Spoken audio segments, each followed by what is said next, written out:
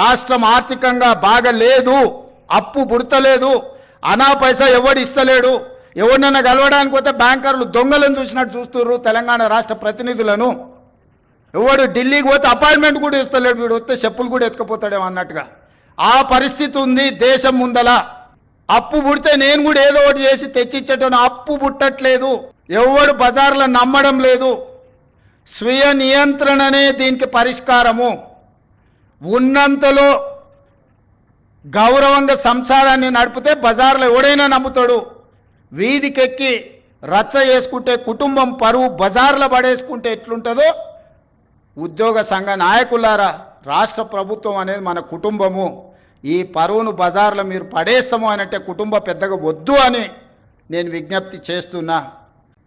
రాష్ట్రం మొత్తం ఆర్థికంగా దెబ్బతిని ఉన్నాము. ఒక కుటుంబం విచ్ఛిన్నమైపోయి చిన్నాభిన్నమైపోయి ఆర్థికంగా పూర్తిగా దివాలా తీస్తే ఎట్లుంటుందో తెలంగాణ రాష్ట్ర ప్రభుత్వం యొక్క ఆర్థిక వ్యవస్థ అట్లనే ఉంది.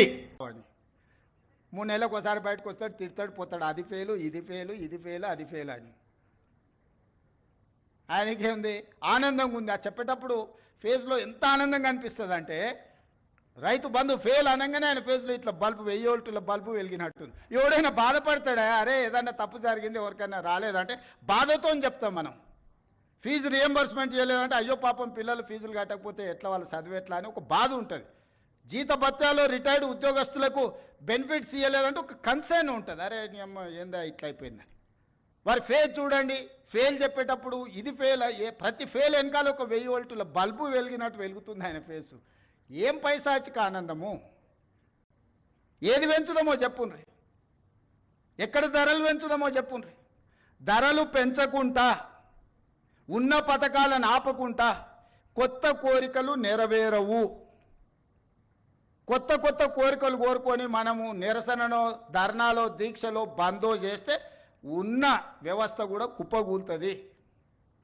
ఉన్నది కుప్పగూల్చుకుంటే ఇంకా మళ్ళీ తిరిగి తేరుకోవడానికి కూడా ఇంకేం లేదు. ఇంకో దివాలా రాష్ట్రంగా మనం మారుతాము. ఎక్కడ పోయినా దొంగలాగా చూస్తున్నారు అంటున్నాడు ముఖ్యమంత్రి.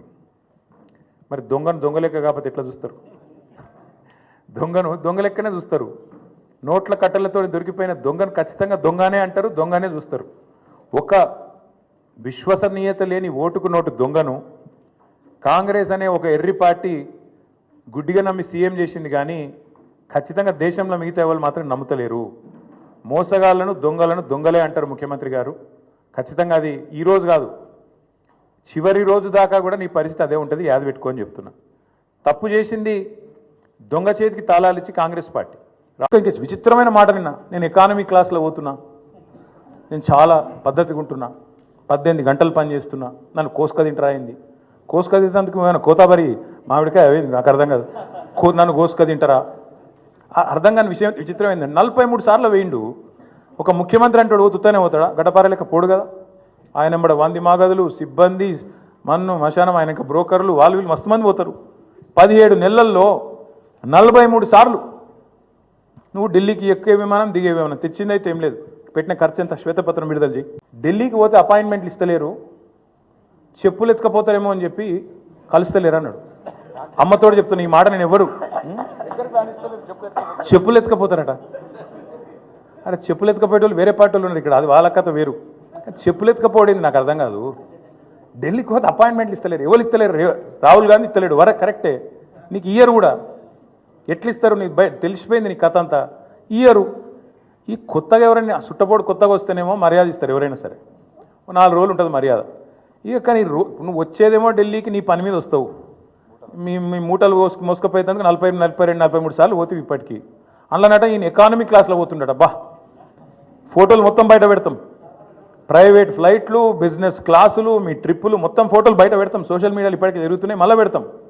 అరే గింత అన్యాయం మాటలు మాట్లాడతారు. 43 సార్లు ఢిల్లీకి పోతివి, 43 పైసలు లేకపోతివి, ఏముంటుంది ఇజ్జత్ నీకు ఢిల్లీ మార్కెట్లో? వీడు ఊకొత్తాడు పోతాడు, ఎందుకు ఇవ్వాలి మీకు అపాయింట్మెంట్? ఇస్తలేరు, ఏం చేయాలి మరి? నువ్వు మూటలు మోసేందుకు వస్తున్నావు ఢిల్లీకి, రాహుల్ గాంధీకి మూటలు ఇస్తేందుకు వస్తున్నావు, మొదలు మర్యాద ఉంటుంది. ఇక ఆఖరికి దొంగలెక్కనే చూస్తారు. అధికారంలోకి వచ్చిన మొదటి 2 వారాల్లోనే శ్వేతపత్రం అనే అబద్ధాల జాతర మొదలుపెట్టినారు. మొదలుపెట్టుడు 6 లక్షల కోట్ల అప్పు అయిందని మొదలు పెడతాడు.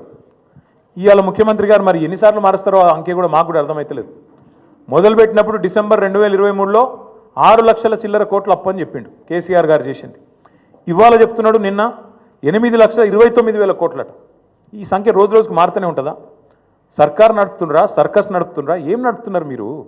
6 లక్షల కోట్లని చెప్పింది మీరే, మళ్ళీ ఇవాళ 8,29,000 కోట్లను అబద్ధం చెప్తుంది మీరే. అసలు వాస్తవం ఏంది? 4,17,000 కోట్లు మాత్రమే టీఆర్ఎస్ బీఆర్ఎస్ ప్రభుత్వం చేసిన అప్పు. 10 ఏళ్ల కాలంలో సంవత్సరానికి మేము చేసిన అప్పు కేవలం 40,000 కోట్లు మాత్రమే. 17 నెలల్లో నీ మంత్రులు నల్గొండకు పోయితాను కిరికెళ్ళి 100 కిలోమీటర్లు పోయితాను కూడా షేర్ ఆటో వాడినట్టు వాడుతున్నారు హెలికాప్టర్లు. అవి చూస్తలేరా మీరు? కొట్టుకుంటారు. ఇంకా భువనగిరి పోతాను, ఎమ్మెల్యేల బర్త్డేలకు హెలికాప్టర్లో పోతాను. వీళ్ళట చాలా పద్ధతిగా నడుపుతున్నారట. షేర్ ఆటో కంటే అధ్వానంగా వాడుతారు వాస్తవంగా అయితే. హెలికాప్టర్ ఉంటే తప్ప హైదరాబాద్ దాటిపోమంటుండే ఒక్కొక్క మంత్రి. ఈ ఎకానమీ క్లాస్ అంటాడు ముఖ్యమంత్రి. నువ్వు ఎక్కే విమానం దిగే విమానం మేము చూస్తలేమా? అరే రే ప్రైవేట్ ఫ్లైట్లు, జల్సాలు, 7 విదేశీ యాత్రలు, మీ మంత్రుల హెలికాప్టర్ ట్రిప్పులు విడుదల చేయి, శ్వేతపత్రం విడుదల చేయి.